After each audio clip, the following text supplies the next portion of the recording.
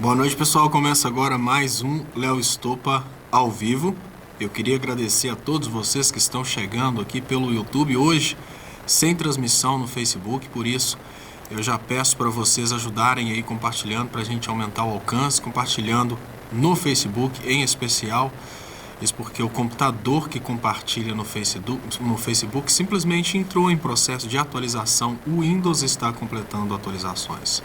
Afinal, como assim? Eu não pedi para fazer atualização na hora do programa, não, mas o Windows está completando as atualizações. Não desligue o seu computador enquanto isso, não, beleza. O Windows está completando as atualizações e eu não posso fazer absolutamente nada enquanto o Windows está completando as atualizações. Então, eu gostaria de te pedir para compartilhar e hoje, ideia do grande Clicério de Oliveira, no lugar de eu ficar falando aqui 15 minutos antes de já começar a falar os comentários, eu já vou cortar para os comentários. Já vou começar a ler os primeiros comentários da noite. Desanimada vendo essa situação, sem poder fazer nada. Precisamos de força, da força de vocês. Ciências Humanas TV, boa noite, amigo Léo Estopa. Rafa Martins, boa noite, Léo. Você é muito inteligente. Muito obrigado, pessoal. Boa noite, Alessandro Bobbio. Boa noite. Deve ser Bahia Conectada. E depois chega Clicério de Almeida. Diz que Facão, os seguidores do canal Léo Estopa já são uma grande família. Vamos respeitar as várias opiniões, mas sem ataques, ofensas. Os moderadores são justos e imparciais. Grato. O Clicério de Almeida é a pessoa que é responsável por procurar na transmissão aquelas pessoas que estão tumultuando, aquelas pessoas que estão desrespeitando as outras. Então, o Clicério me mandou hoje uma mensagem com o seguinte teor. Falou: olha, Léo, eu vou te pedir para desbloquear todo mundo que foi bloqueado nos últimos dias, mas antes de desbloquear, eu gostaria que você explicasse ao pessoal para não desrespeitar ninguém, para não mandar palavras baixas, para não mandar nada que agrida os outros. Então, todo mundo é extremamente bem-vindo, desde que não esteja agredindo os demais. Então, vamos respeitar os demais aqui na live. Mas, se alguém for bloqueado, o Clicério de Almeida pede para que você entre em contato diretamente com ele no Facebook, que ele vai te explicar as regras do jogo para você não ser bloqueado no canal e depois vai pedir para liberar. Eu peço sempre ao Clicério para nunca bloquear ninguém por opinião, né? Você não é obrigado a gostar do político que eu gosto, nem o Clicério, assim...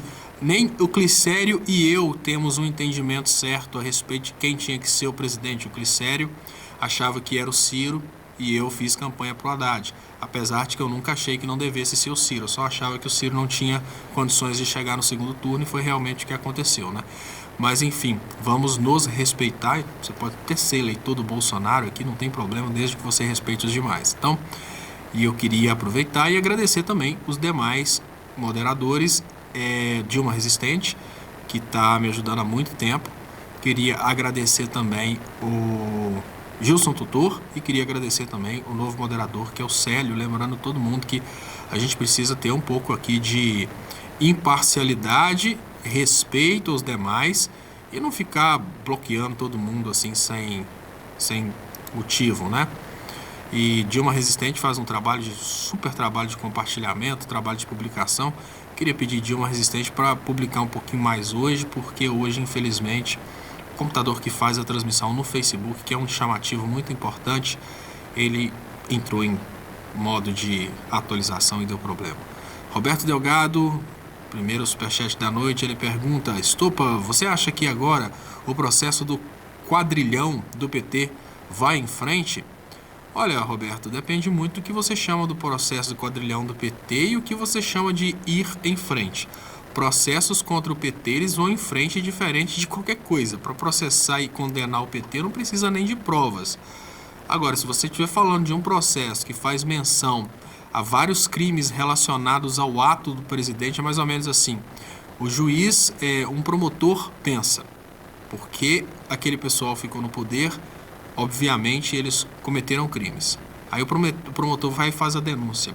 Estou denunciando o PT porque o PT estava no poder e quem está no poder rouba.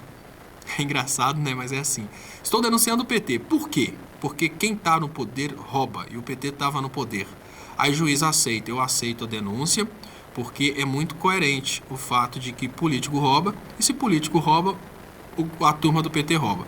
E se político rouba e a turma do PT rouba, vamos processar e vamos condenar todo mundo. Mas por quê? Ah, não sei, não interessa, mas eu sei que se é político, rouba, né? Então se é político rouba, como político rouba, vamos processar todo mundo, tá? Mais ou menos assim os protestos contra o PT, mas eu não sei o que está acontecendo lá. Eu não sei o que é para ir para frente, tá, Roberto? Que, sinceramente, se ir para frente for prender, eles estão prendendo até mesmo sem precisar de processo.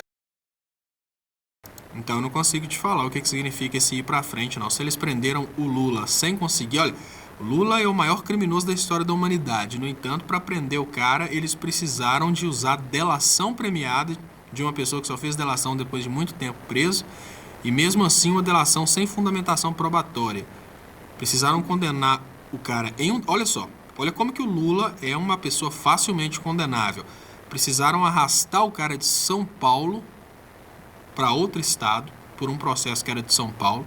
Precisaram de usar uma teoria jurídica diferente das aceitas no território nacional, porque nenhuma prova encontrada foi aceita no processo penal brasileiro. Precisaram de criar um monte de malabarismos. Nós estamos falando do cara que mais roubou no mundo. No entanto, o Ministério Público, a Polícia Federal, toda a humanidade atrás de uma prova contra o cara não conseguiram achar. E mesmo assim o Brasil acredita que é o cara que mais roubou no mundo. Mas espera aí. Se ele roubou tanto assim, ele não deixou nenhuma prova? Não. Então, o cara mais inteligente da humanidade, né? Vamos concordar. Mas mesmo assim, são criminosos extremamente perigosos e nenhuma prova foi encontrada. Mas, enfim. Qual que são as provas? O cara disse. Mas peraí, o cara disse e o cara apresentou alguma prova? Não, o cara disse e falou que destruiu as provas. Peraí, você tá querendo me dizer que o delator delatou depois de ficar mais de ano preso, e na hora que perguntaram qual as provas da sua delação, que é um requisito para delação, é ter provas. Não tem prova não, eu queimei as provas, Lula mandou queimar as provas. Tá errado, né, Roberto? Vamos cair na real. Márcio Santos fala, Léo, será que não tem um jeito de acabar com essa palhaçada desse judiciário odioso que só quer destruir o PT? Só o povo na rua resolve? Márcio Santos, está tudo muito confuso mesmo, porque é o seguinte... o PT tá um partido de proposta de defesa dos direitos dos mais pobres, mas, no entanto, ele tá um partido muito elite. Eu falo um partido muito elite porque o PT tá muito preso nos antigos moldes, nos antigos modelos, nos antigos tudo. E até mesmo se aproximar do PT é uma coisa muito difícil. Quando você fala povo nas ruas, eu penso, quem que vai chamar o povo para as ruas? Né?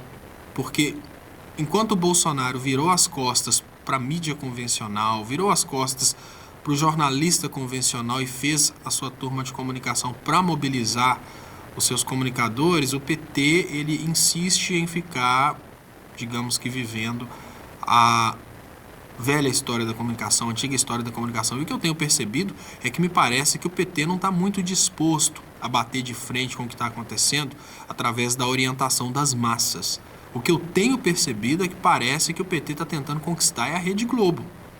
É muito estranho isso, mas parece que o PT está tentando sensibilizar a imprensa consolidada de que, olha, o Bolsonaro é pior, o PT é bom. Está funcionando um pouquinho. A imprensa convencional está fazendo matérias aí mostrando, por exemplo, o prejuízo da saída dos médicos, está mostrando tudo isso. Mas a pergunta que eu faço nesse momento é o seguinte, será, e eu pergunto com toda sinceridade, será que essa imprensa convencional é confiável? Porque na hora que Bolsonaro estalar os dedos e soltar dinheiro, toda a imprensa volta a ser da direita. Então, enfim, o PT está muito elite, está muito estranho. Então eu acho que vai destruir o PT. O que eu tenho percebido é isso. Infelizmente, né, lógico, é uma defesa que a gente faz há tanto tempo, imaginar que as atuais lideranças estão muito elite, está muito estranho. Mas, enfim, deixa eu agradecer vocês pelos compartilhamentos, agradecer vocês pelos superchats, agradecer vocês pelo carinho. E queria lembrar que a transmissão não está acontecendo no Facebook hoje, então eu gostaria de pedir você para compartilhar no WhatsApp, no Twitter, no Facebook, aí onde que vocês puderem compartilhar para ajudar, para aumentar o alcance. O Delgado fala, há 1 tonelada de provas contra o PT, mas se é para prender todo mundo, vamos transformar os estádios em prisões. Nos Estados Unidos, a denúncia premiada é legalmente aceita. Roberto Delgado, bom, antes de mais nada, eu queria dizer que nós estamos, obviamente, no Brasil, a gente acaba usando o Código Penal brasileiro. Nós somos soberanos nisso, mas no Código Penal brasileiro também existe o Instituto da Delação Premiada. Eu não estou falando que a delação premiada não é permitida. O que eu estou falando é o seguinte: a delação premiada, ela para ser aceita, ela tem que ser lastreada em prova. O que significa? É muito fácil uma pessoa aparecer e falar assim: o Delgado roubou um equipamento do hospital de R$500 mil. É muito fácil um inimigo seu falar isso. É muito fácil um inimigo seu pedir a alguém para falar isso. O lastreamento em provas tudo bem, você está falando que isso aconteceu. A pergunta que eu te faço agora é o seguinte: que provas você tem para fundamentar o que você está falando? Aí o cara fala: olha, na hora que isso estava acontecendo eu filmei, tá aqui a prova. Que é o caso, por exemplo, da filmagem contra o Temer e da gravação contra o Aécio, que obviamente não vão dar em nada. No caso do Lula, não tem o lastreamento em provas. Isso que está faltando para a gente realmente acreditar nesses processos. Então, o que acontece? O Poder Judiciário, mesmo sabendo que não existem provas, ele pega e cria uma teoria de que pode aceitar por isso, pelo domínio do fato e tal. Além de criar essa teoria, além de usar uma teoria para justificar uma coisa que não tem justificativa, o Poder Judiciário brasileiro não consegue falar exatamente de onde veio o dinheiro, por que veio o dinheiro, o que realmente é do Lula. Aí escreve lá fatos indeterminados. Tá tudo muito estranho, tá, Delgado? Olha, por mais que o seu ódio queira fazer você brigar com o PT eternamente, você tem que concordar comigo. Olha, você pode ter ódio do PT. Eu queria agradecer o pessoal aqui pelos compartilhamentos. Acabamos de chegar aqui em 1.000 pessoas assistindo ao vivo, isso é muito bom, agradeço de coração. E agora, você pode ter o ódio que você quiser do PT, não tem problema. Você pode ter ódio do PT, você pode ter ódio do pobre, e você pode imaginar que as pessoas do PT se enriqueceram demais, tudo isso você pode imaginar. Mas uma coisa você precisa concordar comigo: as provas não foram apresentadas. Então vamos pensar o seguinte: você pode até pensar assim: olha, quer saber de uma coisa? Eu sei que o ex-presidente Lula não é dono do triplex, eu sei que foi tudo inventado, mas eu tenho certeza que ele roubou. Porque eu tenho certeza que ele roubou. E olha, várias pessoas falaram isso comigo. Inclusive um cara formado em direito, advogado, que está lutando para ser juiz federal. Um amigo meu de Ponte Nova, que está desesperado, fazendo concurso para ser juiz federal, já trabalha no governo. Ele falou exatamente isso. Olha, não importa se o triplex é ou não é o do Lula. A real é que o Lula roubou. Eu acho que ele roubou e por isso ele tem que ser preso. Então, se inventarem um processo para prender, tá valendo. Eu acho que não pode ser assim, não. Acho que não compensa ser assim. Sacha Band, muito obrigado pelo carinho. Ele fala: Léo, você é meu Jô Soares. Muito orgulho, com mais competência. Não, claro que não. Não vou para a cama sem lhe ver. Adorei sua live com a Kia Santarém. Critica Brasil. Peço ser moderador do seu canal. Abraço. Eu tô pedindo aqui... Eu tô pedindo autorização para a turma de moderadores, e vou te adicionar por ser uma pessoa que me acompanha, participa do meu trabalho há muito tempo. Eu só vou falar aqui com a turma aí que está já fazendo a moderação: Clicério, Gilson Tutor, Dilma Resistente e agora o Cássio. Conversem aí com o Sacha Band e entrosem com ele. O Sacha também apoia meu trabalho, já vai fazer aí talvez 2 anos, uma pessoa que realmente faz parte da nossa equipe e ainda não é moderador, mas eu tentei adicionar aqui, agora que eu fui ver, eu tô logado aqui com o canal do Estopa e não com o Leonardo Estopa. Logo na sequência, quando entrar na reprise, Sacha, eu vou logar com o canal correto e vou te adicionar como moderador. Agora, no momento, eu gostaria de te pedir para conversar já com o Clicério, conversar já com o pessoal, para entrosar as ideias de moderação, e vou te adicionar assim: Roberto Delgado, ontem, logo após a live, o Clicério, de forma fascista, me congelava durante 3 minutos, sem qualquer motivo ou ofensa. Você vai puni-lo por essa atitude? Não, Roberto. Olha, o que acontece? Eu faço a live, e assim como acontece com qualquer coisa que você não dá conta de fazer sozinho, você acaba delegando determinadas funções. Você tem que confiar nas pessoas. Eu confio que o Clicério está fazendo um bom trabalho e te peço, por favor, faça os comentários dentro dos padrões que o Clicério não vai apagar seus comentários, não vai te congelar. É muito importante a gente manter os comentários dentro de um padrão. Se a gente não mantiver os comentários dentro do padrão, o que vai parecer? Vai parecer que o Clicério apaga todos os comentários que estão fora do padrão e deixa seus comentários porque são superchats. E não pode isso, não pode parecer que a moral e a ética no canal são compráveis. Então a ideia é essa. A ideia é que o canal não seja um canal de nível do Poder Judiciário brasileiro, que basta soltar mais dinheiro que você pode ultrapassar os limites. Eu te peço, por favor, continue participando, mas mantenha os comentários dentro de um limite republicano a nível de canal. Isso para não ofender ninguém, não trazer coisas extremamente duras. O que magoou o Clicério, que é adventista, e garanto para você, tem muitas pessoas que acreditam em Deus nessa live. Você entrou num processo de extrema contestação da existência de Deus, uma crítica muito grande a Deus, e tem canais para isso, tem vários canais aí que são canais ateus, mas aqui nesse canal isso ofende as pessoas. Então eu te peço, por favor, não entre nessa onda de xingar Deus, isso não é legal. E eu queria agradecer vocês pelos compartilhamentos, queria pedir vocês para participarem compartilhando essa transmissão. Deixa eu ver aqui, Cláudio Celos: Lula não é dono do triplex, nunca ocupou o imóvel. Aliás, o imóvel nunca fora ocupado, mas o real dono é delator após ano preso. Disse que está reservado para Lula. Juiz inventou lei para condenar. Esse é o ponto, tá, Delgado? Esse é o ponto, tá, eleitor do Bolsonaro? Esse é o ponto, tá? Quem não gosta do Lula. Olha, se você perguntar para mim, você garante que o Lula nunca cometeu crime algum? Não, eu não garanto absolutamente nada disso. Mas o detalhe é o seguinte: essa coisa de condenar uma pessoa imaginando que ela cometeu um crime, você criar um fato para condenar uma pessoa porque você imagina que ela cometeu crime, isso não é uma atitude legal. Então tem muito eleitor do Bolsonaro, tem muita gente no Brasil que está aplaudindo a prisão do Lula tão somente porque acha que ele cometeu algum crime. Olha, o Lula tem muito dinheiro, para ele ter dinheiro assim ele roubou.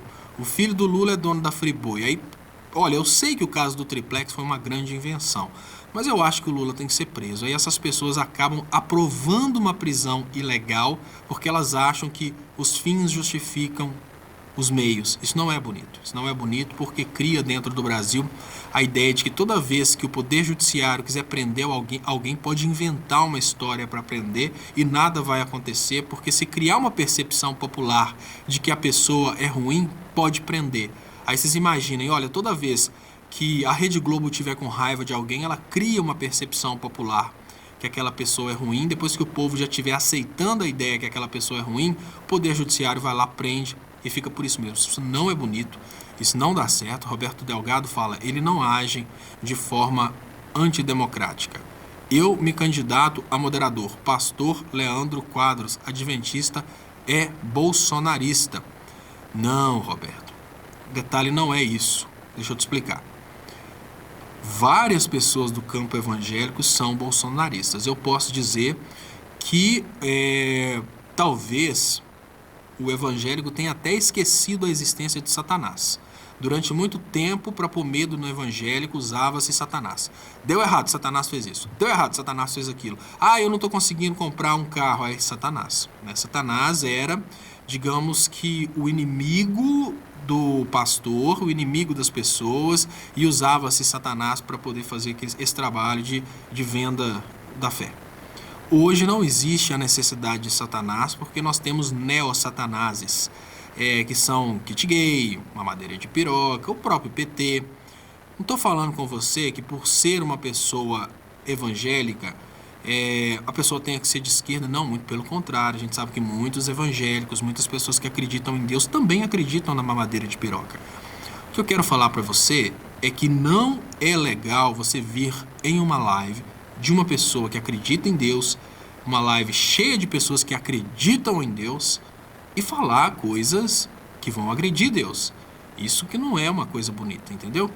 Agora, o resto, tanto é que o que você tinha falado, que você vem falando a respeito do Lula, essas coisas aí, eu uso para responder. Agora, não é legal a gente perder um tempo que a gente poderia estar discutindo política, economia, coisas para evolução do Brasil, a gente perder esse tempo defendendo a existência de Deus ou contestando a existência de Deus, que não é o foco desse canal. quando eu montar um canal Será que Deus existe? E chamar as pessoas para participarem da live contestando Deus, ou então provando a existência de Deus, aí esses argumentos acabam sendo interessantes. Nesse momento, esses argumentos acabam sendo agressão. Então é por isso que eu falo, não é coisa para a gente falar agora. E sobre esse assunto que você está falando, inclusive tem um pronunciamento que eu trago aqui no 247, que a Dilma fala, desse novo processo agora, criminaliza o exercício da presidência. O que está acontecendo hoje, gente, é que está uma disputa tão grande entre as instituições para saber qual é a protagonista. Então o Poder Judiciário está querendo hoje virar um superpoder do lado do povo. E o Poder Judiciário, o que ele está fazendo, na verdade, é ajudar a massacrar, o ideal de esquerda. E uma coisa que eu particularmente, e agora eu falei com vocês que eu não sou oposição, eu sou deboche, né? No que diz respeito a Bolsonaro e eleitor do Bolsonaro, eu me reservo no direito de não ser oposição. Sabe por quê? Eu não fui candidato nem a vereador, não fui candidato nem a síndico do prédio, não fui candidato a deputado, não sou nem filiado. Como eu não sou filiado, não fui candidato a nada, tive obviamente um lado, mas não fui candidato a nada, vou deixar o trabalho de oposição pro Haddad, pro Ciro, pro Boulos, pra Manuela. Essas pessoas vão fazer a oposição. Eu sou deboche. Eu estou aqui para rir do eleitor do Bolsonaro. Estou aqui, obviamente, não tem como rir do Bolsonaro, porque tudo que o Bolsonaro fizer vai reverter muito lucro para ele e para a família dele. Se tem alguém que foi vitorioso nessa brincadeira, são as elites, os bancos e o próprio Bolsonaro. Para vocês terem uma ideia de qual... Olha, gente, vocês querem ter ideia de quais são as expectativas do Brasil? Olha só, eu quero que, se alguém aí tiver coragem, se algum de vocês tiver coragem de condenar as expectativas de mercado, manifestem-se. Quero saber qual de vocês aí que tem coragem de condenar as expectativas de mercado. As expectativas para o Brasil não são expectativas de um Brasil desenvolvendo, mas sim um Brasil rentista. A prova disso é que o governador eleito de Minas vendeu uma rede de postos de combustíveis por 500 milhões de reais. Nós estamos falando de uma pessoa que tem um patrimônio maior que 500 milhões de reais. Essa pessoa que tem um patrimônio maior que 500 milhões de reais tirou o dinheiro das empresas para colocar na renda, ou seja, para emprestar para o governo, para a gente pagar juros. Não é só ele, não. O Amoedo fez a mesma coisa. Pegou 200 milhões de reais, tirou de investimentos e colocou esse dinheiro na renda. Agora eu pergunto para vocês, qual que é a leitura que a gente faz disso? E antes de falar qual que é a leitura que a gente faz disso, eu gostaria de te lembrar que é muito importante você curtir essa publicação. Estou vendo aqui que nós temos aqui 1.300 pessoas assistindo, mas apenas 400 pessoas curtiram essa publicação. Então, por favor, curtam e compartilhem essa live. Isso é muito importante para a gente aumentar o alcance. Olha só, qual que é a realidade que a gente tem? A gente tem uma realidade em que pessoas experientes com o mercado, nós estamos falando de milionários, quase bilionários. O Zema, talvez, que o Zema tem loja de roupas também, me parece, tem loja de móveis e tem essa rede aí de combustíveis. O que significa que a gente pode estar falando de um bilionário. Deixa eu pedir desculpas aqui ao Rodrigo Magalhães. Eu realmente perdi um superchat há pouco tempo atrás. E, Clicério, eu tô sem o WhatsApp aqui. Se o Clicério conseguir recuperar esse superchat, ele vai me ajudar muito. Mas eu não vou conseguir receber esse pelo WhatsApp, porque eu tô sem o celular aqui agora. Então eu peço desculpas. Eu estava lutando com o computador até o último momento e não consegui trazer o celular para cá. Mas enfim, o que é muito importante para a gente pensar? Olha, obviamente é mais negócio a gente imaginar que a experiência do Zema e a experiência do Partido Novo, cara, a gente voou o nome do cara, a experiência do candidato do Partido Novo e a experiência dos dois candidatos do Partido Novo, né, que é bem engraçado. Falei o nome do cara agora voou, do Amoedo. É bem mais fácil a gente imaginar que o Amoedo e o Zema tenham experiência de mercado do que imaginar que são os garotos de 15 anos da escola austríaca ou então os eleitores do Bolsonaro, né? Qual que é a mensagem que o Zema e o Amoedo mandam para a sociedade brasileira? Tanto o Zema quanto o Amoedo, vejam bem, qual a mensagem que o Zema e o Amoedo, duas pessoas experientes em negócios, duas pessoas incontestáveis no que diz respeito a sucesso em administração. Estamos falando de duas pessoas que foram capazes de ficarem milionárias e estão caminhando para serem bilionárias. O que essas pessoas mandam de mensagem para a sociedade brasileira? Eles falam, não vale a pena investir em atividades comerciais no Brasil, não vale a pena investir em empresas no Brasil. Tanto o Zema, governador eleito de Minas Gerais, quanto o Amoedo, que era candidato a presidente pelo mesmo partido do Zema, tiraram dinheiro de empresas, tiraram dinheiro de atividades comerciais e colocaram esse dinheiro na renda. Qual que é o sinal que a gente tem, gente? Se nós temos um desinvestimento em atividade comercial e atividade industrial, a mensagem que a gente tem de talvez aqueles que estão entre os investidores mais experientes e mais bem-sucedidos do Brasil é que não vale a pena investir no Brasil, com toda a sinceridade. Tanto o Amoedo quanto o Zema, quando eles tiraram investimento em atividades comerciais e industriais e colocaram esse investimento na renda, eles estão dando um sinal para o resto do Brasil e o sinal é muito claro. Não vale a pena montar empresa, não vale a pena gerar emprego. E olha, nem podemos dizer, isso é muito importante, nós não podemos nem dizer que eles estão fazendo isso contra o Bolsonaro, porque senão eles estariam fazendo isso contra eles próprios. Eles tiram o dinheiro deles de atividades comerciais, como postos de gasolina, e as atividades dentro das quais o Amoedo era investidor, eles tiram o dinheiro dessas atividades e colocam o dinheiro como rentistas, exatamente porque eles não acreditam no mercado brasileiro. Então, quando eu, simples mortal, que se trabalhar a vida inteira não vou ter talvez o que o Zema ganha por mês, eu posso virar para vocês e falar: as expectativas para o Brasil de agora para frente são as piores do possível. Vocês vão virar e vão falar: não, esse cara é um petista louco, esse cara é um cara que não entende absolutamente nada de nada, esse cara está falando isso porque ele não gosta do Bolsonaro.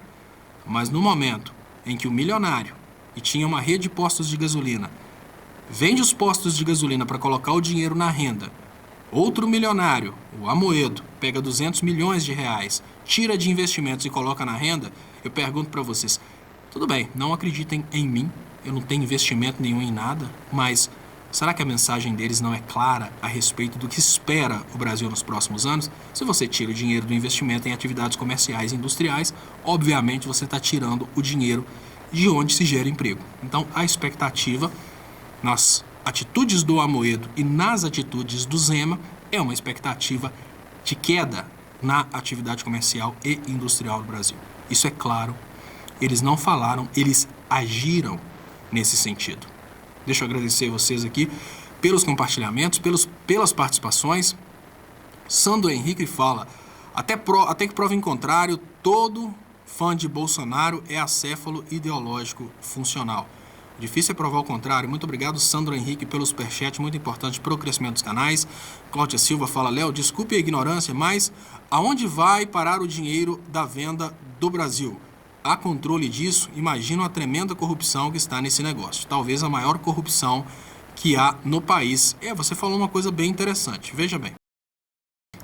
Existia um desespero muito grande sobre certos desvios de dinheiro da Petrobras. O detalhe é que, vendendo tudo, eles vão vender por um dinheiro muito abaixo do que vale. E para onde vai a diferença?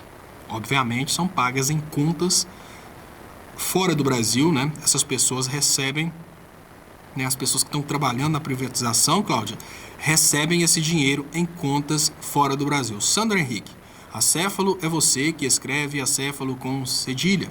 Foi colega do Lula no básico. Roberto Delgado. Interessante, Roberto, que é o seguinte: Quando a gente fala sobre o ex-presidente Lula e contesta a capacidade do ex-presidente Lula, eu gosto de lembrar dos meus anos de economia na Inglaterra, em que todas as atitudes do Lula estavam lá retratadas nos livros de economia.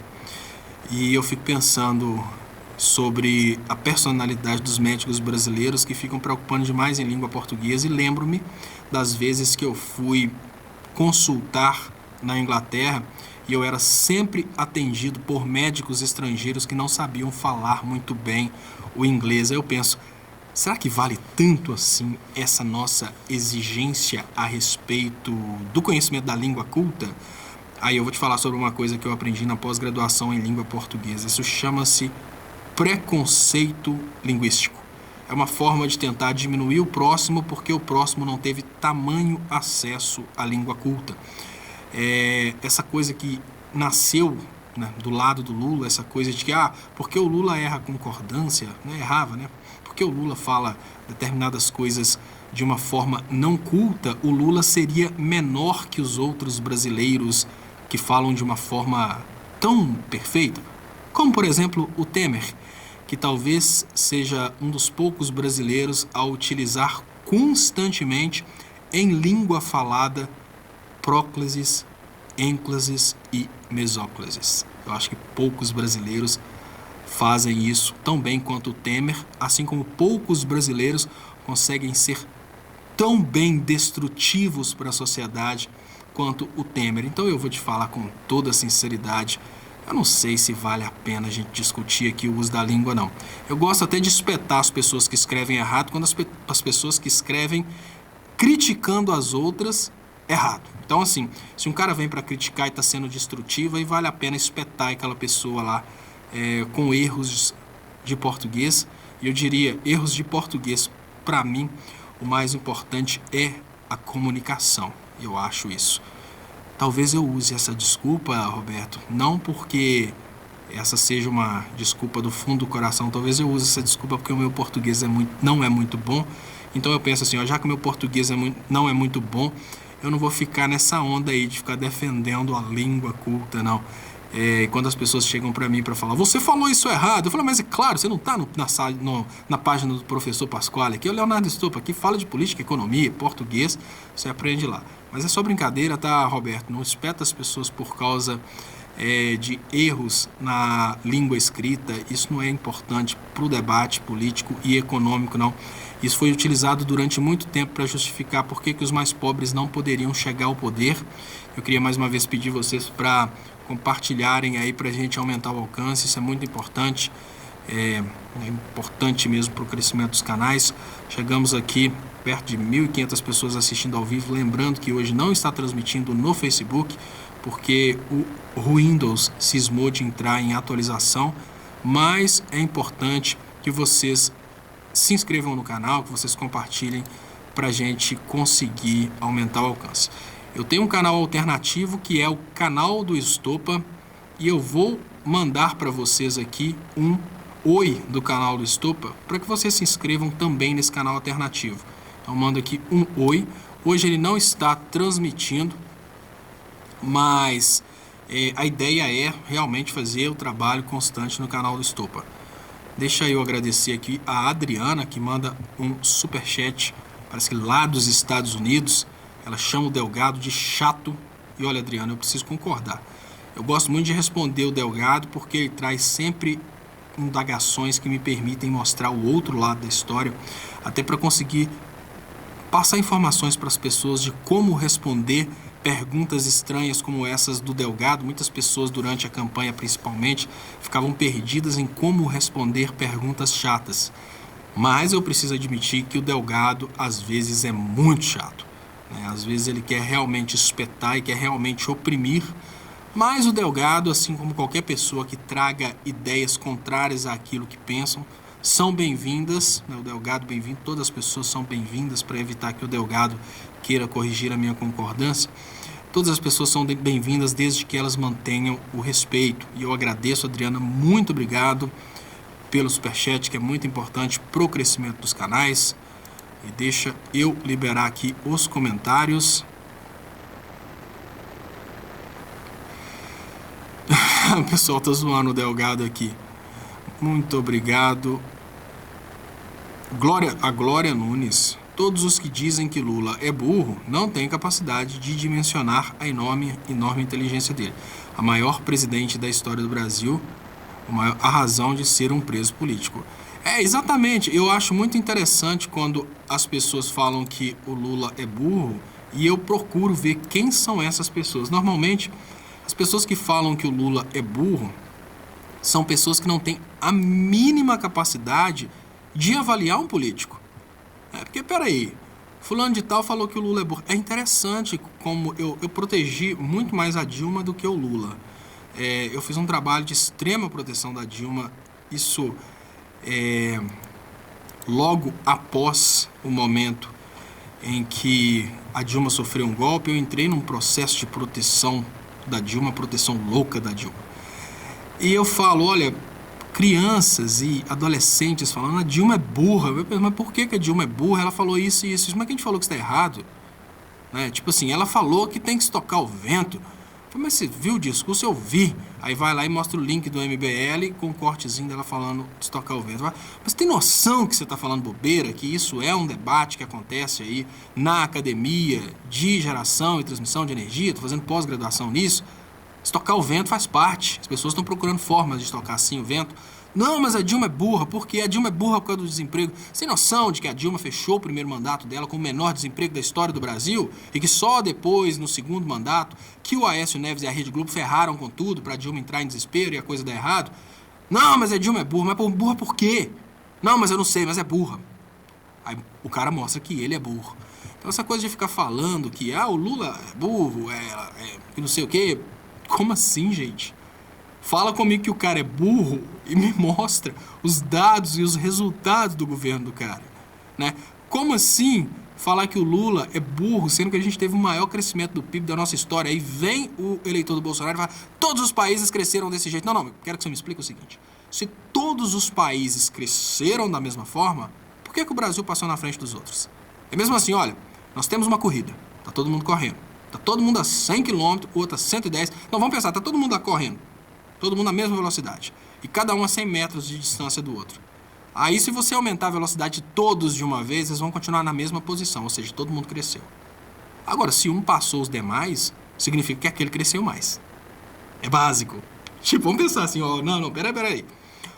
Todos os países cresceram. É o argumento do eleitor do Bolsonaro. Todos os países cresceram. Não foi o Brasil que cresceu. Mas o Brasil era a 9ª economia do mundo e chegou à 5ª. Todos os países cresceram, mas o Brasil passou na frente.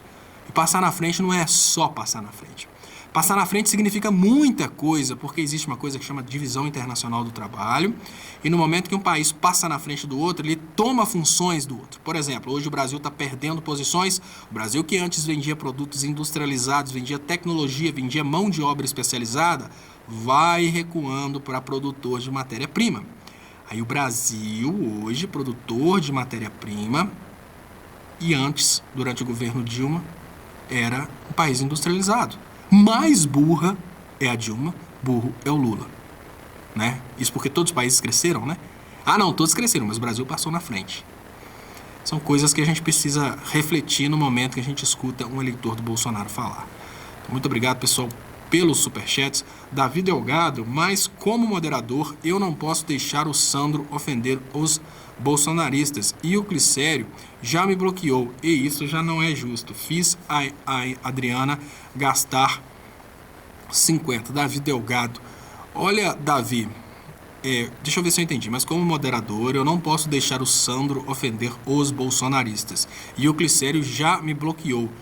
E isso não é justo. Fiz a Adriana gastar 50 reais. Primeiro, gente, olha, as contribuições aqui no canal não são contribuições para dar para as pessoas direitos de agredir as demais. Tanto é que na hora que o Delgado começou a ficar muito bravo e agredir as pessoas, o Clicério não deixou nem ler, foi lá e cortou a mensagem antes. E me mandou uma mensagem me xingando. Você não vai pegar aí por causa de 5 reais de superchat e vai ficar ali lendo coisa contra Deus. Né? Ele mandou para mim isso no WhatsApp.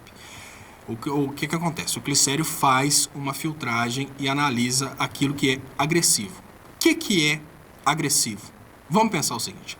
Se você entra dentro de uma igreja evangélica e fala que Deus é ruim, isso é agressivo. Se você entra dentro de uma igreja satanista e fala que Deus é ruim, isso não é agressivo. Se você entra numa igreja evangélica e fala que Satanás é ruim, isso não é agressivo.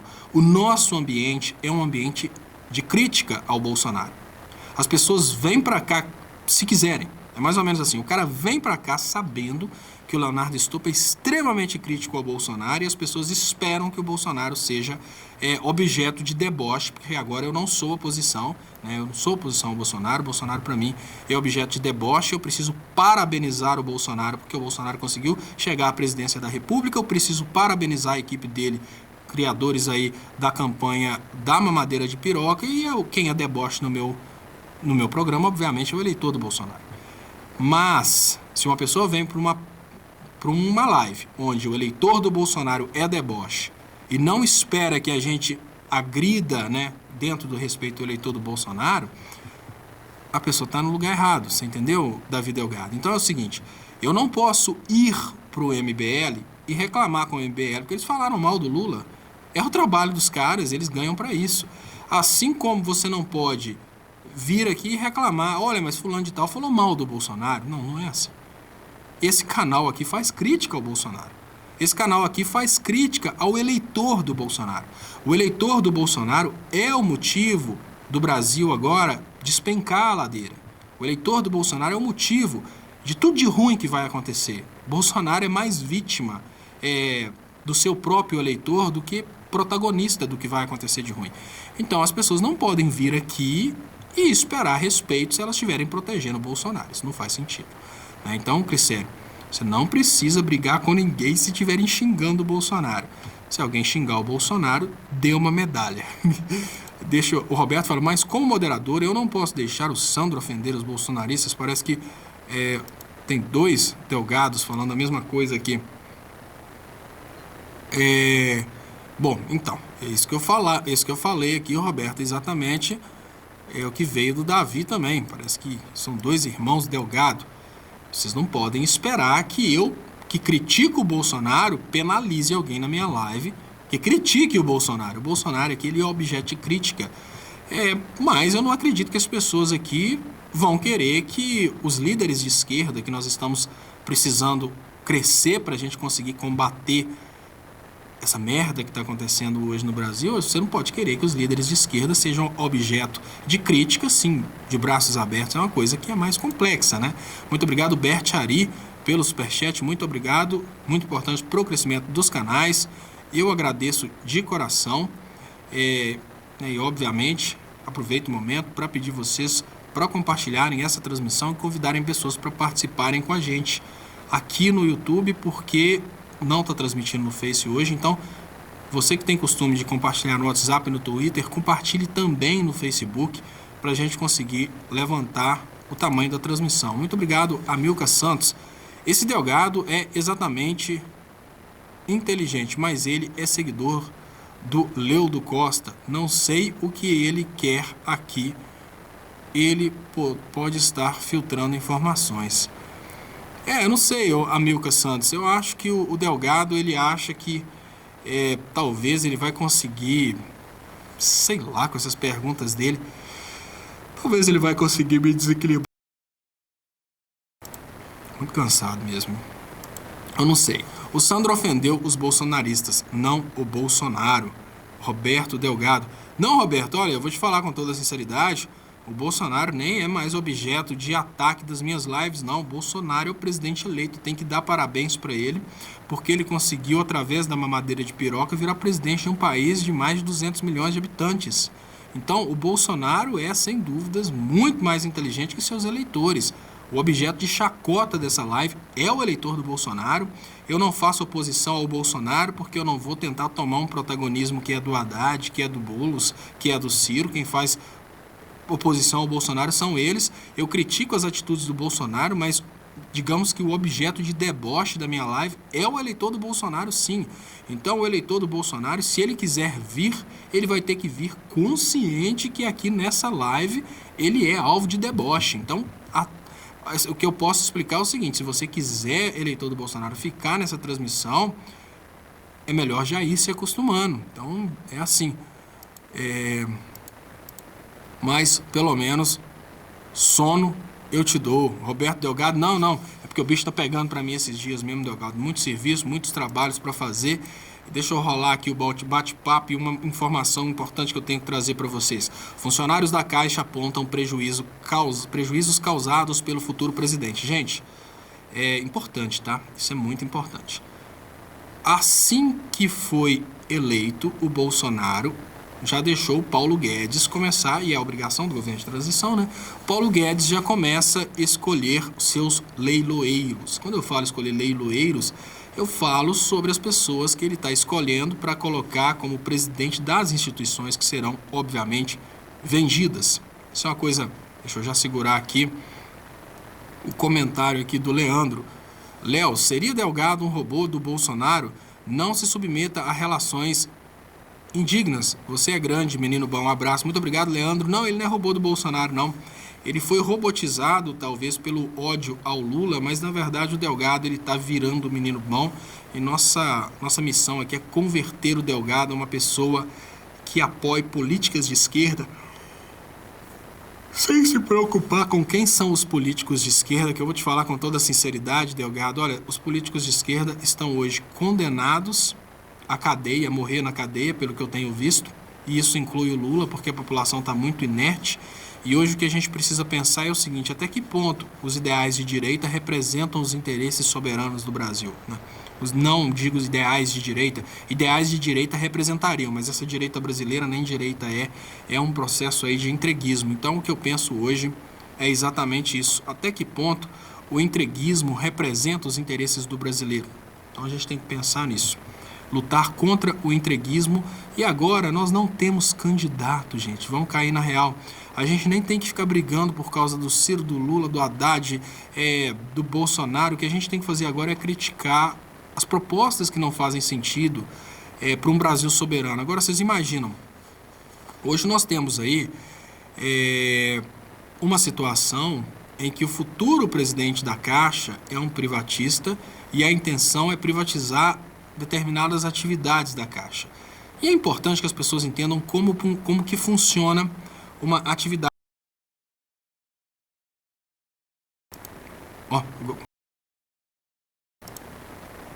Agora que eu vi que eu cortei o som sem querer. É muito importante que as pessoas entendam como funciona uma atividade financeira como o banco, Caixa Econômica Federal. Para um banco funcionar, ele precisa fazer uma coisa que chama diversificação de atividades financeiras. Essa diversificação de atividades financeiras é aquela ideia de que, olha, eu tenho uma determinada quantidade de dinheiro, eu coloco um pouco aqui, um pouco aqui, um pouco aqui, um pouco acolá. Se esse aqui der prejuízo, o lucro desse aqui vai compensar o prejuízo e eu nunca vou ficar mais pobre. É muito importante que um banco faça isso, porque determinadas atividades são sazonais, o que significa que essas atividades elas podem estar bem no momento e mal no outro momento. Então pensa o seguinte: um banco tem várias atividades de empréstimo. Ele empresta dinheiro, por exemplo, para pessoas comprarem carro, empresta dinheiro para pessoas comprarem casas. Hoje está bravo mesmo, é muito cansaço, desculpa. E esse banco que está emprestando dinheiro para várias atividades pode ter prejuízo em uma atividade. Vamos imaginar que a atividade é carros. O povo fica inadimplente, pare de pagar os financiamentos de carro. Aí dá prejuízo o empréstimo para carro, mas em compensação o empréstimo para casas não está inadimplente. Então o lucro de um compensa o outro. O que é a ideia do Paulo Guedes e do presidente da Caixa, do novo presidente da Caixa, para que o brasileiro queira que a Caixa seja privatizada? Se o brasileiro falar, vamos privatizar a Caixa, obviamente vai ter um pouco de resistência, até porque a Caixa tem atividades que são atividades sociais. Então, a proposta da primeira etapa de privatização, tanto da Caixa quanto da Petrobras, tá, gente? A primeira etapa de privatização consiste na privatização das atividades mais lucrativas, das atividades mais comerciais. Eles vão vender determinadas atividades, tanto da Caixa quanto da Petrobras. No momento em que essas duas entidades ficam sem a diversificação, ou seja, a Caixa deixa de ter várias atividades e passa a ter só as atividades sociais, ela torna-se muito vulnerável. Quais são as expectativas para o Brasil daqui a uns anos? E quem fala isso não sou eu, quem fala isso é o próprio Amoedo e o Zema, que foi eleito governador em Minas Gerais, que tiraram o dinheiro deles de investimentos e colocaram o dinheiro deles, tiraram de atividades comerciais e industriais e colocaram o dinheiro deles aí em bancos. Qual que é a expectativa dessas pessoas? que o Brasil tenha menos atividade comercial e industrial. Se o Brasil vai ter menos comercial e industrial, o Brasil vai pagar menos financiamento de FIES, o Brasil vai pagar menos financiamento de casa própria, ou seja, um Brasil desempregado tende a quebrar a parte social da Caixa. Então, olha que o tamanho do dano e da covardia desse novo governo. Eles vão vender a parte da Caixa que dá lucro e vão deixar a parte da Caixa que sofre um risco de prejuízo por causa do próprio governo deles, essa parte que sofre risco de prejuízo, eles vão deixar para quebrar nas mãos do brasileiro. E você sabe o que eles vão falar depois? Olha, a parte que nós vendemos está prosperando, a parte que ficou no Brasil quebrou, está dando prejuízo. Só para vocês terem uma ideia de como que funcionam as atrocidades desse modelo liberal de governo. Eles vão vender a parte que tem expectativa de lucro, vão deixar para trás a parte que tem expectativa de prejuízo e vão usar o prejuízo da parte que tem expectativa de prejuízo para justificar a venda de outras coisas no Brasil. E falar, olha, tem que vender tudo, porque tudo que é estatal dá prejuízo.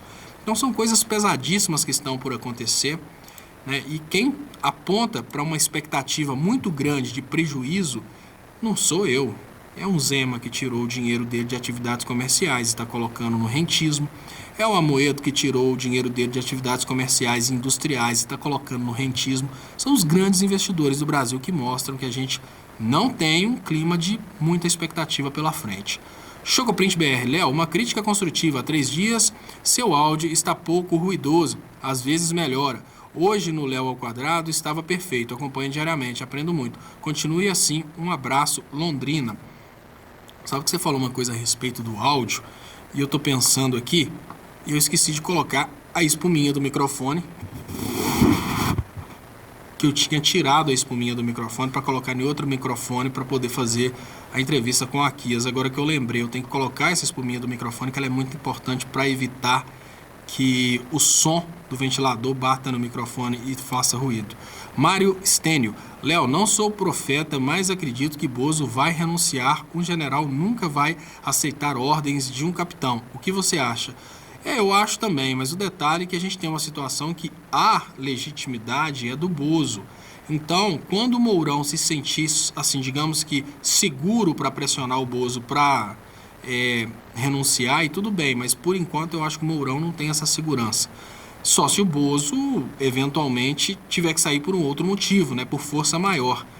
Muito obrigado, Davi Delgado. Léo, meu pai está mais famoso que você no chat. Jamais será de esquerda, jamais mudará. Aqui não tem vira-casaca. Honestidade é regra, lei.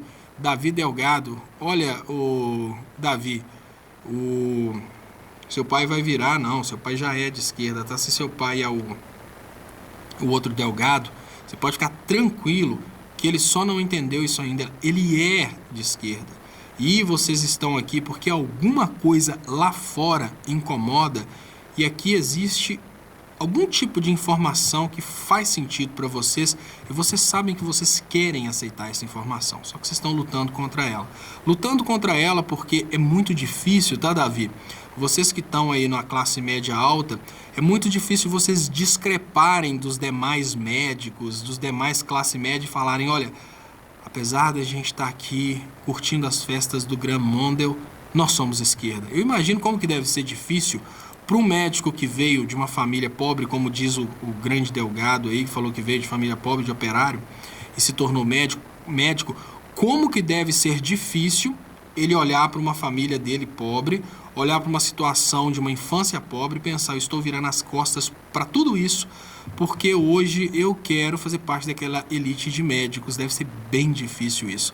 Para fazer parte da elite de médicos, eu preciso falar mal do pobre, chamar o pobre de vagabundo, que não gosta de trabalhar, que não tem mérito. Deve ser difícil. Isso incomoda. E o incômodo é tão grande que ele está aqui todos os dias participando para tentar vencer isso. Eu posso ter certeza, seu pai é de esquerda. Ele faz um personagem de direita para tentar participar de uma elite que, na verdade, ele se incluiu, mas ele não fez parte desde a infância. Para você é um pouco diferente, você já nasceu num contexto, provavelmente você já nasceu com seu pai médico, então é bem diferente, você já estudou em escolas com filhos de médicos, com pessoas mais ricas, e aí você já teve toda uma experiência desde a infância com a elite da sua cidade. Seu pai não. Seu pai tem um conflito muito grande, que é o conflito dele ter vivido durante um certo tempo com pessoas pobres, ter amigos pobres, e toda hora que ele pensa assim, pobre é vagabundo, que é a regra dos eleitores do Bolsonaro. O pobre é vagabundo, ele não consegue nada porque não tem mérito, porque... Aí ele pensa, pô, mas eu conheço pessoas da minha infância que lutavam e não conseguiam. Eu conheço pessoas da minha infância que teriam, se tivessem a oportunidade, teriam feito um curso superior e estariam trabalhando. Esse conflito que é muito difícil para você, ele tem. E é difícil de superar, viu? Valcir Abreu, fui membro da Igreja Universal durante 18 anos, saí da instituição depois que eles mentiram para eleger seus candidatos. Mentiras sobre as escolas. Valcir Abreu, você precisa agora resgatar mais pessoas, agradeço muito por sua participação, muito obrigado. Paulo Vieira, oi Léo, tenta descansar, precisamos de você com todas as suas forças em nossa luta. Eu gostaria mesmo que você fundasse um partido, eu me filiaria. Muito obrigado, Paulo Vieira, pelo carinho, pela dica. Muito obrigado, Bert Ari, muito obrigado, Chocoprint BR, muito obrigado, Paulo Vieira, muito obrigado. Volta Delgado e fala, não sou de esquerda, estou aqui todos os dias para combater. Desculpe-me as suas falácias. Não, Roberto, você está aqui porque alguma coisa lá te incomoda. Você já passou por aquela porta, você sabe muito bem onde que ela leva, e você sabe que ela não te leva para um lugar onde você se sente confortável. Então você vem aqui todos os dias porque no fundo, alguma coisa lá te incomoda. Eu tenho certeza que o que te incomoda dentro da direita é exatamente o seu passado. Seu filho não vai se incomodar, lógico. Você já criou uma situação para ele estar entre os filhos dos grandiosos, dos elites, mas aquela infância em que seu pai era operário, seus primos pobres, seus colegas de escola hoje sem oportunidade, e você sabe que não é por falta de esforço, tudo isso te incomoda. Então, com toda sinceridade, o que te incomoda nesse momento é o fato de você tentar fazer um personagem de direita, mas no fundo você sabe que a pobreza dos outros te incomoda. Você sabe muito bem que a maldade feita pelo liberalismo te incomoda. Você sabe muito bem que a falta de oportunidades te incomoda. Você só não pode falar isso dentro do seu conceito, porque você não está disposto a perder o status daquele cara que é das elites. Então, pensa nisso. Tenho certeza que você vai entender o que eu estou falando. Deixa eu deixar aqui os comentários correrem livres. Muito obrigado, pessoal. Deixa eu ver. Léo, você é pobre? Max Brasil pergunta. Olha, Max, quando a gente pensa, sou pobre ou sou rico, se eu falo que eu sou pobre, vou ser hipócrita. Eu não sou pobre por quê? Existem vários conceitos de riqueza e vários conceitos que formam a ideia de riqueza e pobreza. Eu sou uma pessoa que eu consegui estudar, eu sou uma pessoa que tenho cidadania europeia, eu sou uma pessoa que venho de uma família que me forçou a me educar, tanto é que eu nunca assisti Rede Globo nem na minha infância. Então eu sou uma pessoa que eu tenho uma riqueza cultural, que é uma espécie de riqueza, não é só o dinheiro que é riqueza, né? Que é o capital cultural do Bourdieu. O Bordeaux, não sei como é que fala o nome do Pierre Bourdieu, eu acho que fala Pierre Bourdieu. Então eu não posso me considerar paupérrimo, eu não tenho dinheiro. Esse é o detalhe. Mas eu não posso dizer também que eu sou miserável. Eu luto pelos miseráveis. Eu não luto pelas pessoas com o meu nível social. Eu acho que as pessoas que têm o meu nível social, não porque eu tenho dinheiro, mas porque eu tenho condições de conseguir um bom emprego, porque eu tenho já curso superior, as pessoas que estão no meu nível social, elas não precisam de ajuda nenhuma da sociedade. Eu acho, com toda sinceridade, que uma pessoa que conseguiu já se formar, se ela tentar buscar ajuda do Estado, ela está atrapalhando o Estado que poderia ajudar as mais humildes. Então, digamos que eu estou praticamente a um gedeolômetro de distância de um Amoedo, de um Zema. Então, quando as pessoas perguntam para mim, mas espera aí, você é rico? Você tem iPhone? Não, espera aí, meu amigo, calma lá. O Zema é um cara que só de renda fixa pela venda dos postos, eu não estou falando das outras atividades que ele tem, eu estou falando só pela venda dos postos, só de juros, ele vai ganhar 3 milhões por mês. Ele vai ganhar por mês um dinheiro que eu não vou juntar a vida inteira. Isso é rico, tá bom? Isso é rico. Acima dele tem os banqueiros americanos que controlam o petróleo do mundo. Digamos que o que o Zema tem, o Rockefeller ganha de juros num dia. Então vamos pensar assim, a vida é uma escala. Quem está lá no topo ganha por dia aquilo que os ricos brasileiros têm de patrimônio. Obviamente, o Zema ganha por dia aquilo que talvez eu não vou ganhar durante anos. Então eu não posso me considerar rico.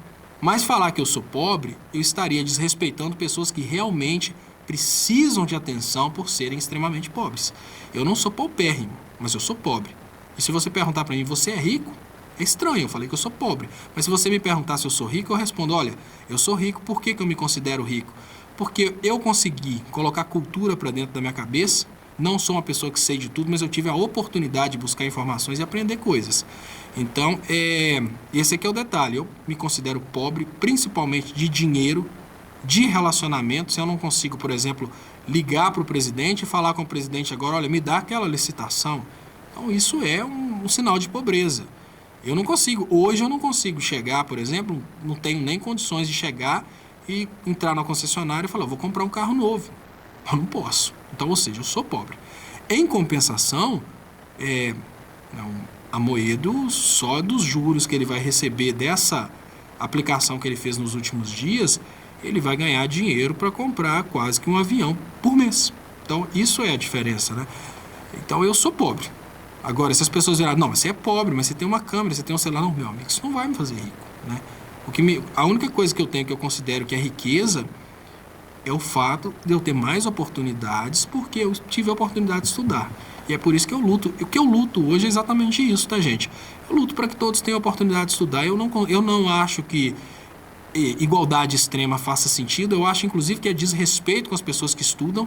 Você pensar com aquela coisa assim, olha, nós temos que distribuir tudo por igual. Eu não acho que isso é certo, eu acho que isso é errado. Eu luto de todas as formas por uma coisa que eu percebi que transformou a minha vida, que é educação. Quando eu cheguei em São Paulo pela primeira vez, eu tentei me formar em São Paulo, não consegui. Deixa eu ler o superchat e vou contar essa história depois. Enquanto isso, eu gostaria de pedir vocês para compartilharem para a gente aumentar o alcance.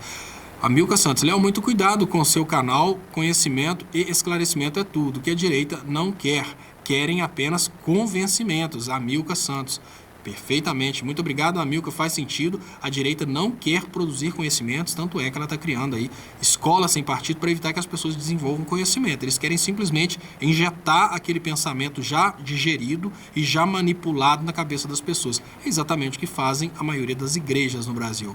Cláudia Silva, Léo, você é craque. A análise que fez está perfeita. Sou psicoterapeuta, negar as origens provoca muita confusão e é doloroso ver a verdade. Muito obrigado, Cláudia Silva, pelo comentário.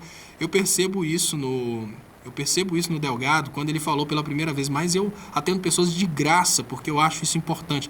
Não, esse cara tá começando, aí depois ele vai e fala, eu sou filho de operários. Aí eu já pesquei, aí existe ali o conflito.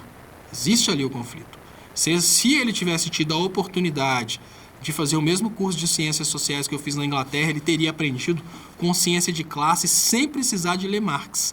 Que na Inglaterra eu consegui aprender consciência de classe sem ler uma frase de Marx, tão somente entendendo que, olha, você nasceu num contexto, você pertence àquele conceito, e daí, daquele contexto, é dali que eu tirei a ideia, né, de que algumas pessoas, elas são pobres com dinheiro. Quando a pessoa, mas o Lula é elite. Não, o Lula não é elite, o Lula é um pobre com dinheiro.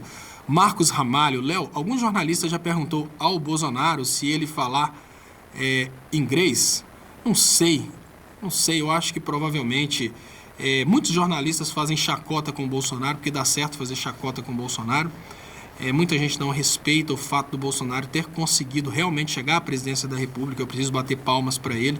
Eu acho que quem deve ser chacota nossa é o eleitor do Bolsonaro. É o eleitor do Bolsonaro? Não, o eleitor da mamadeira de piroca, porque poucas pessoas conheciam o Bolsonaro, né? Tirando os 20% que já conheciam o Bolsonaro, as igrejas entraram abraçando a campanha contra a mamadeira de piroca, num desespero muito grande, e recebi aqui alguns parentes da minha esposa que falaram a seguinte coisa, mas esse ano estava difícil, né? Aquelas coisas lá estranhas que eles estavam querendo colocar. Como assim? Uma prima minha de Contagem falou comigo como eu poderia deixar... Eu não gosto do Bolsonaro. Eu acho que vi algumas coisas dele, achei tudo muito doido, mas como que eu vou votar no Haddad? O Haddad é uma pessoa que é contra tudo aquilo que eu acredito. Ela estava falando do kit gay da mamadeira de piroca, ou seja, o Bolsonaro venceu nas urnas, não foi o Haddad, foi a mamadeira de piroca. E a gente precisa bater palmas para essa estratégia dele.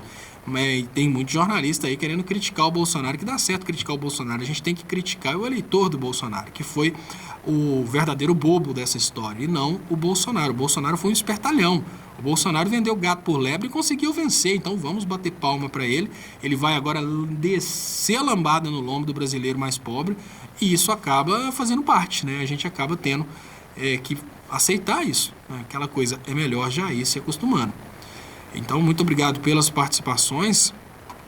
Eu estava começando a falar aqui uma coisa que eu ia dizer, mas fica meio difícil eu continuar dizendo, porque eu esqueci o que eu estava falando.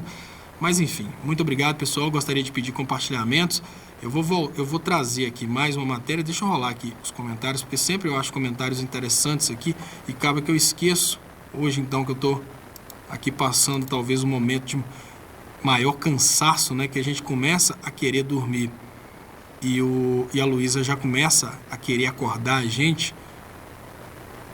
O Nir fala, Bozo dá a primeira chibata nos pobres de direita com o menos médico. Sim, exatamente. O pobre agora começa a entender que é pobre. Bolsonaro venceu o kit gay e a mamadeira de piroca. Exatamente. Olha, o Bolsonaro, na verdade, ele não fez uma campanha contra o PT, ele fez uma campanha contra duas coisas que não existem. Márcia Simone fala, a maçonaria dirigindo o Brasil, e é natural que as elites dirijam. Oi, Léo, você pode disponibilizar sugestões de bibliografias, vídeos, entre outros, para poder ter um saber próximo do seu? Como que eu conseguiria fazer isso? Eu teria que fazer um caminho de... Bom, vou ver se eu consigo fazer vídeos falando sobre como se preparar para o debate. É uma ótima ideia. Ateísmo é apenas um braço da maçonaria. Governo que negligencia o social para o levante popular. Resta saber se o capeta vai querer esse bando de gente escrota por lá. Não, o capeta não vai aceitar, não. Acho que esse pessoal vai ficar no limbo. Você não acha? Bolsonaro e os comparsas deveriam mamar pirocas grossas. Gente, não pode falar essas coisas feias, não, porque o cabuleiro, o Brasil é entregue à maçonaria.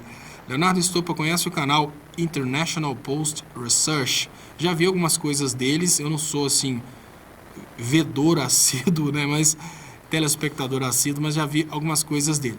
Você não acha que seria importante os partidos terem um canal desse tipo pela internet? Eu estou chamando a atenção, Kátia Turksani, estou chamando a atenção para isso há muito tempo, mas eles não me escutam não, quem me escuta é o Bolsonaro.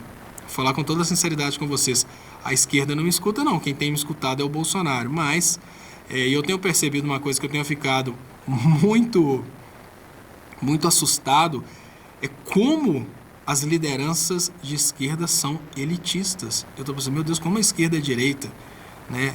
Muito estranho. Essa parte, Bozo confessa que pega galinhas, foi muito enganada.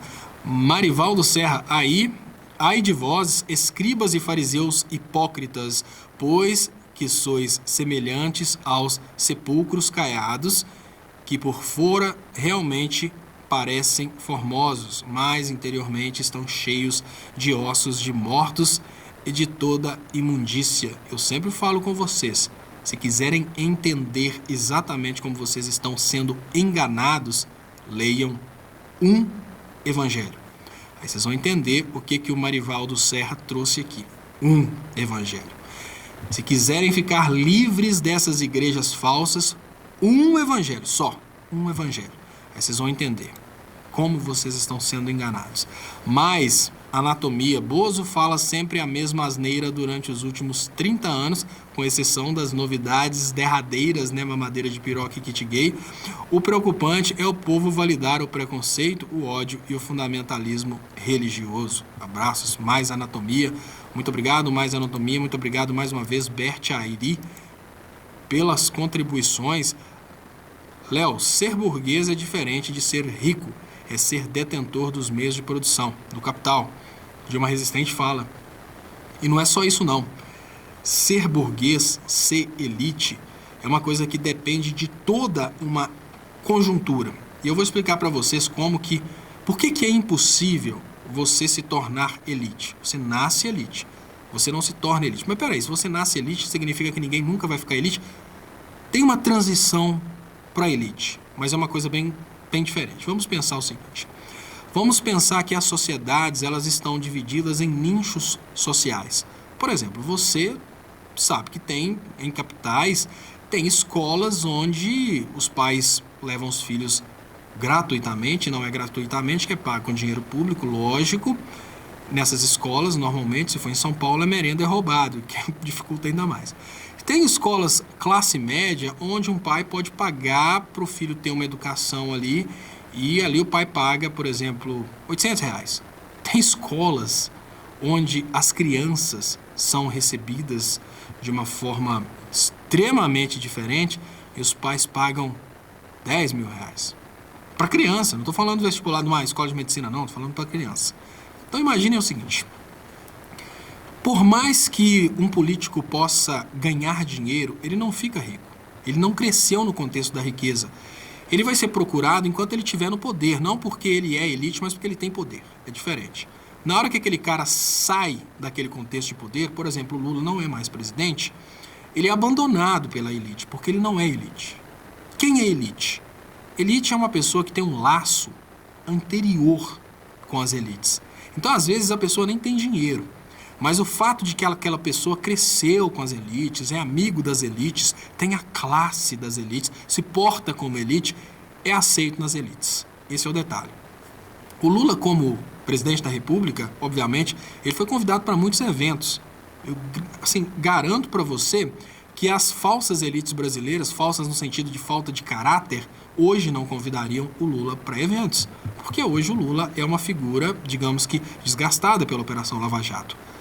Quem que é elite de verdade pode até perder o dinheiro e cair numa situação de não ter dinheiro, que ele continua sendo convidado. Aí eu falei com vocês que não é possível nascer elite, mas existe uma possibilidade de transição para elite. Imaginem vocês, eu vou falar aqui uma história, dando o exemplo que eu falei, o Lula não é elite, o Lula é um rico, um pobre, né, com dinheiro. Ele não é rico, ele é um pobre com dinheiro, ele não é elite. Agora vamos pensar o seguinte, vamos pensar que o Lula, ele obviamente colocou, vamos pensar assim, o Lula foi deputado, durante o tempo que ele foi deputado, ele colocou o Lulinha e os demais filhos para estudarem com pessoas classe média alta. Depois, como presidente, ele conseguiu aí até bolsa de estudos para colocar os filhos, né, os netos do presidente da República para estudarem nessas escolas de R$10.000 por mês. Olha o que acontece. No momento em que a criança está ali estudando numa escola que paga R$10.000 por mês, ela está fazendo amizade com outras crianças que pagam R$10.000 por mês. Ou seja, aquela pessoa está crescendo no contexto de elite. Se aquela criança, depois de crescida, não for aceita nas elites ainda, porque é filho de um político de esquerda, pode ter certeza que o filho daquela criança vai ser. Então é assim que funciona a transição para a elite. Você não vira elite. Por isso que hoje eu vejo o pobre de direita, eu acho muito engraçado a expectativa de um pobre de direita de que um dia ele vai ascender às elites. Eu tenho um amigo da cidade de Ponte Nova, que o sonho dele, obviamente, é ser elite. Ele é uma pessoa que teria uma linda história na luta pela igualdade. Esse cara hoje ele tem um cargo interessante no governo, ele é formado em Direito, está lutando para ser juiz federal, só que é totalmente coxinha, totalmente Bolsonaro, totalmente antipetista. Esse cara tem uma história que ele hoje, obviamente, já poderia estar eleito deputado. Ele é uma história de conquista. Quando ele era jovem, ele era humilhado na rua porque ele era, talvez, da família mais pobre de toda a rua, e ele precisava, com 8 anos de idade, ficar carregando lata de lavagem para levar para dentro de casa para cuidar dos porquinhos. Ele foi lutando, ele é um símbolo de luta e superação, foi lutando, conseguiu um emprego, conseguiu comprar o primeiro carro, conseguiu formar em Direito, conseguiu passar em um concurso e hoje está lutando para passar num concurso para juiz federal. Ele é um cara que, se ele tivesse percebido a história dele dentro da pobreza e a história de um pobre que superou a pobreza, ele poderia hoje ser deputado federal, poderia até ser governador de Minas, com toda sinceridade, que ele é uma pessoa muito inteligente. No entanto, ele preferiu abrir mão dessa história que ele tem, de um passado de pobreza e superação, para tentar conquistar as elites. Eu falo com você. ele nunca vai ser elite. O máximo que ele vai conseguir é fazer com que o neto dele seja elite. Ali ele trabalha no Poder Judiciário, ele coloca o filho para estudar com o filho do juiz. O filho do juiz vai olhar de lado e vai falar, mas ele é filho de um cara que era pobre. Mas o neto do juiz talvez não pense isso do neto dele. Então, a consciência de classe, ela é muito importante nos dias de hoje. Léo, seria o Bolsonaro um psicopata? Algum psicólogo aqui do canal já pensou nisso? Temos uma psicanalista aqui no canal. Eu acho que ele é um grande marketing, tá? Não acho que ele seja um psicopata. Eu acho que ele faz um personagem que deu certo. Então, gente, Bolsonaro não é bobo. Pensa o seguinte, o cara fez um personagem radical, deu certo. Ali ele conseguiu colocar os 3 filhos na política. A mulher dele candidatou, ele conseguiu eleger um monte de gente. Ele não é um louco, ele é um gênio. Louco, bobo, é o povo brasileiro. Será que o Big Brother é um lixo? Não, o Big Brother não é um lixo. O Big Brother é um trabalho de um gênio. Infelizmente, uma população com baixíssimo nível de apreciação cultural assiste o Big Brother.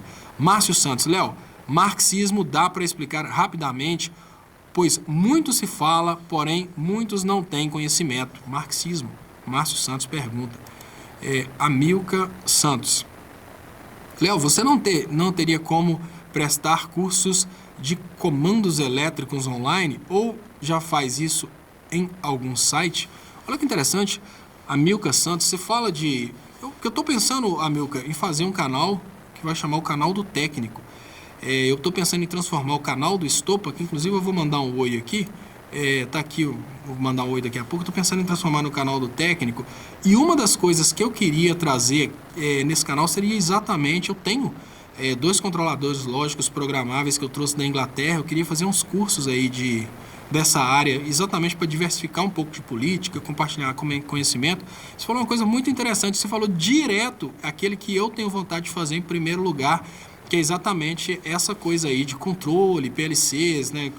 Trabalhar também automação de luz de emergência, essas coisas assim. Eu tenho vontade de fazer isso sim. Eu não fiz ainda não, mas eu tenho vontade de fazer.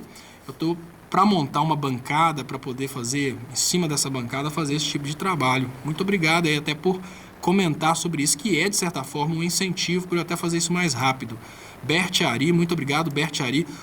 Gente, eu só não estou diversificando ainda o trabalho, fazendo outras coisas, porque eu estou, nesse ano, fazendo vários cursos, mas agora, com o nascimento da Luísa, eu decidi que eu não vou fazer milhões de cursos mais, o que significa que quando chegar no ano que vem, eu vou provavelmente reduzir a velocidade de tudo que eu estou estudando. Então, vou parar de pegar, por exemplo, 8 matérias de cada curso por semestre, para pegar uma só, para continuar bem devagarzinho, e aí nesse contexto eu vou conseguir fazer outros vídeos. Mila Gamer Linux. Léo, importante não confundir louco com burro. O psicopata é um tipo de louco bem inteligente. Abraços, Mila Gamer Linux. Tá aí uma explicação, né? Porque o psicopata, às vezes a psicopatia não significa que o cara não tenha capacidade cognitiva. A psicopatia pode, inclusive, ser associada a uma grande capacidade cognitiva. Então, já temos uma explicação. Deixa eu falar um pouquinho sobre o marxismo. Obviamente é difícil você falar sobre tudo que o Marx escreveu, que é uma coisa gigante. Agora chegou aqui uma explicação da Cláudia Silva, eu estava esperando ela se manifestar. A fronteira entre as psicopatias e as maldades é muito fina. Definir necessita maior observação. Então, a fronteira entre um cara ser simplesmente mal, ou seja, coração ruim, querer o mal dos outros, e ser psicopata, não é uma coisa que dá para você definir simplesmente observando o Bolsonaro. Tem que fazer um estudo mais profundo. Muito obrigado, Cláudia Silva. Sabia que você ia dar um help para a gente nessa resposta. Deixa eu falar sobre o marxismo que o colega pediu. É lógico que a gente não consegue falar sobre o marxismo em alguns minutos. É uma coisa muito complexa. Mas uma coisa que a gente precisa entender é o seguinte. Eles falam que hoje a gente vive um marxismo cultural e o Marx já foi superado há muito tempo. O Marx é um filósofo, cientista político e sociólogo, não é economista, tá, gente? Tudo bem, o Marx pode ter tentado escrever sobre economia, mas o Marx não era economista, ele não é estudado no curso de economia como economista. Ele é uma pessoa que tem visões a respeito da economia. Mas o Marx, ele tinha uma visão lá atrás, no início da Revolução Industrial, de que o contexto do mundo, principalmente do mundo capitalista, e o capitalismo estava começando naquela época, era um contexto no qual existia uma luta de classes. E é sobre essa luta de classes que a gente fala sempre.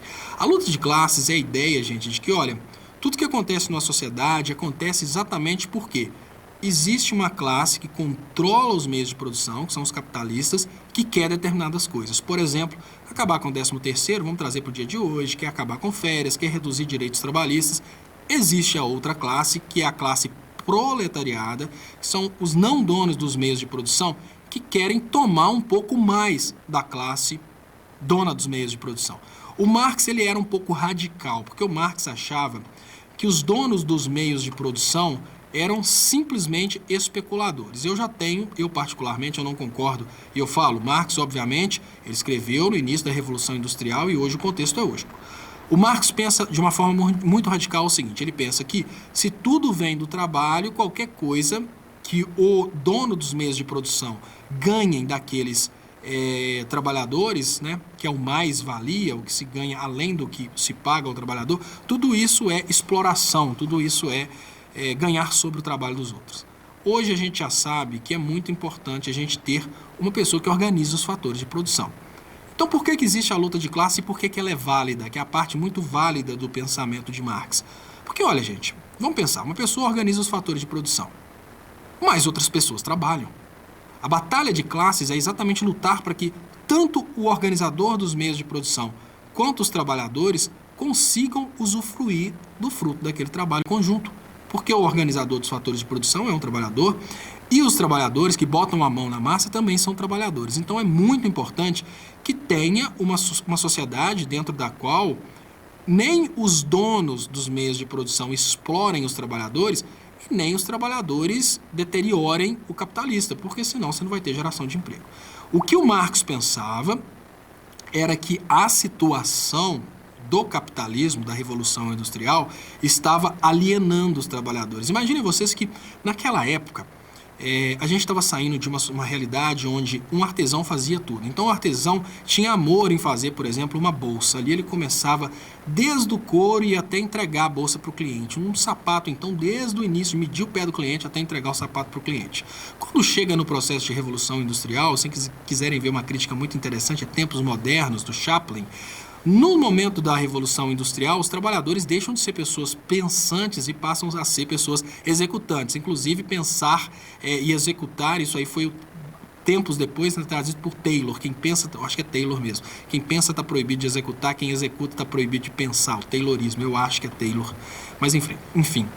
O Marx ele achava que essa luta de classes ela deveria ser travada, porque senão uma classe ia obviamente explorar a outra. Então a classe dos capitalistas ia tentar transformar a classe dos trabalhadores em meros recursos e colocar a classe dos trabalhadores para passar fome, trabalhando ali 20 horas por dia, mas em compensação a gente precisa admitir que mesmo que Marx não tenha teorizado dessa forma, a recíproca é verdadeira. Se a gente cria coisas muito pesadas para o capitalista, ele também não vai querer investir. Então hoje a gente tem a ideia da parcimônia. Uma coisa muito importante, a coisa mais importante do ensinamento de Marx para a gente extrapolar para os dias de hoje, que é uma coisa que nós estamos vivendo na pele nos dias de hoje, que é a ideia de microestrutura e macroestrutura. A ideia de microestrutura é a ideia de que a situação do meio de produção acaba refletindo no resto da sociedade.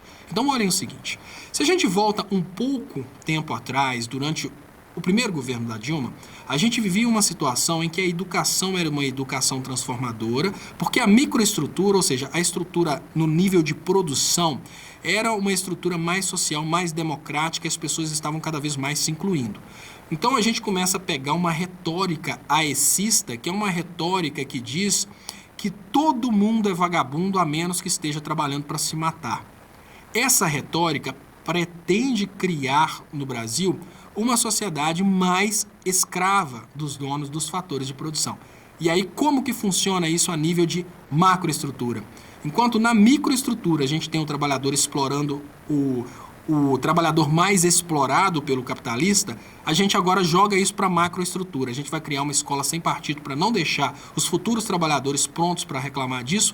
A gente vai criar uma televisão que fala que o certo é isso. A gente vai ter o SBT falando Brasil ame ou deixe. Então, a teoria de Marx ela pode ser abordada dessa forma. A teoria do confronto de classes, essa teoria da micro e macroestrutura. Obviamente, eu estou tentando reduzir aqui os pontos mais importantes de um teórico que escreveu há muito tempo atrás, ou seja, ele não escreveu para o governo Bolsonaro. Então, aquele cara que tentar criticar Marx hoje, para mim, é um completo imbecil, porque o Marx, ele não... Criticar, que eu digo assim, de uma forma destrutiva, criticar faz parte do pensamento filosófico. O cara que tentar colocar Marx dentro da bacia dos economistas, para mim, é um grande imbecil, porque quem fez teorias relacionadas à distribuição de renda foi o Keynes e não o Marx. Então, assim, se o cara... Ah, mas o Marx fala isso. Não, se qualquer economista criticar Marx, ele para mim é um completo imbecil.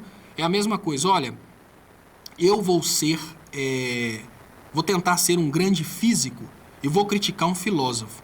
Não, peraí, eu não vou criticar Einstein, que é, digamos que, o estado da arte da física. Eu não vou criticar Einstein, não. Eu vou voltar lá atrás, vou criticar a ideia dos 4 elementos de Aristóteles. Não, não seja hipócrita, né? Se você quiser ser um grande economista, critique os economistas de hoje. Marx escreveu há muito tempo atrás. Então, o que é o importante da teoria do Marx para hoje? É a ideia de que no momento em que as elites tomam os fatores de produção, tomam mesmo o controle, elas começam a controlar a macroestrutura, vão começar a controlar jornalismo, televisão, escolas, coisa bem pesada, e você vê como que faz sentido hoje. Davi Delgado, fácil falar para uma plateia petista, difícil é aceitar o contraditório. Glicério, para de cortar comentários construtivos e pagos. Vou no Procon. Agora foi boa do Davi Delgado. Vou no Procon. Deixa eu... Helena Heverbel. Léo Marx explica que o valor de qualquer mercadoria é o trabalho. O mais valor é o valor usurpado do trabalhador, porque a burguesia é dona dos instrumentos do trabalho e por isso explora o trabalho. Helena Reverbel, exatamente, é o mais-valia. Então você pensa o seguinte, o trabalhador produz, vamos imaginar o seguinte, lá naquela fábrica, a sua mão de obra produz R$5.000. O seu patrão te dá R$1.000. Então, o patrão fica com 4.000. Na ideia de Marx, isso é, né, que ele chama de mais-valia, isso seria exploração. Por que seria exploração? Porque o patrão está ficando com parte do trabalhador sem trabalhar. Hoje, a gente admite que isso é parte do empreendedorismo, né, o organizador dos fatores de produção. Só que na época do Marx, ele escreveu numa realidade em que ele via pessoas morrendo de fome, crianças de 8 anos trabalhando. Então era uma situação bem diferente que ele encontrou. Ele não encontrou as fábricas de hoje e escreveu para o governo Bolsonaro. Então não faz sentido criticar destrutivamente o Marx hoje no contexto de hoje. Você tem que imaginar o que ele estava vivendo em Manchester naquele momento lá em que as pessoas mais pobres eram isoladas nas favelas. Para vocês terem uma ideia do que acontecia naquela época que o Marx e Engels escreveram, as pessoas eram isoladas para os ricos não verem os pobres. Eles colocavam muros, coisa bem estranha. E não duvidem que agora vai ser o momento disso acontecer no Brasil. As favelas brasileiras não vão ser recuperadas, vão ser muradas, porque é mais fácil para governos liberais esconderem a sujeira debaixo do tapete. Muito feio, mas é o que acontece. Tacelagem manual RJ. Você acha que haverá espaço para artesanato e arte na crise? Sim. Por que tecelagem? Porque a arte é apreciada por quem aprecia a arte. Entendeu? O eleitor do Bolsonaro já não apreciava a arte. Esse aqui é o detalhe. O eleitor do Bolsonaro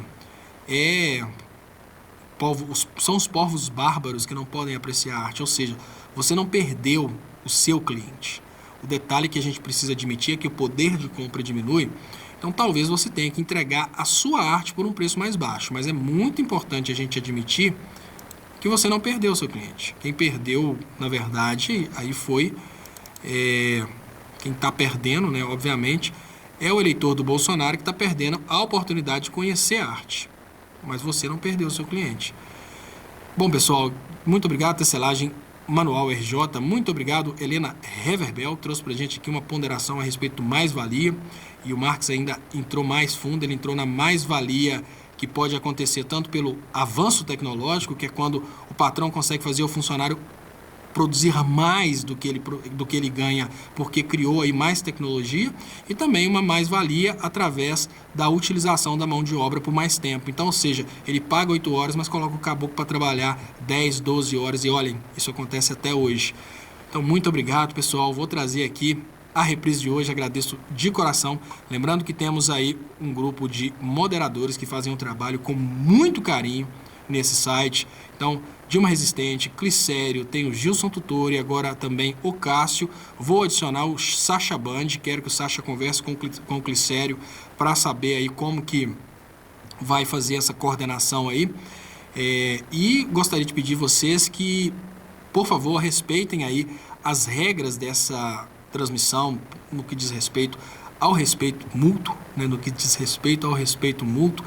E lembro, vou desbloquear todas as pessoas. O Clicério falou, Léo, avisa para as pessoas respeitarem, desbloqueia todo mundo e a partir daí a gente vai bloquear só as pessoas que realmente não tiverem condições de respeitar ninguém. Então vou tentar desbloquear isso no domingo, porque amanhã eu quero falar mais uma vez sobre esse critério aí de desbloquear todo mundo para tentar mais uma vez para ver se as pessoas participam com a gente. Eu faço questão que as pessoas que não gostam do que eu falo participem, mas que não participem xingando as demais, fazendo coisas aí que são feias. Então, muito obrigado. Vamos ficar agora com a reprise. Agradeço vocês de coração e até amanhã.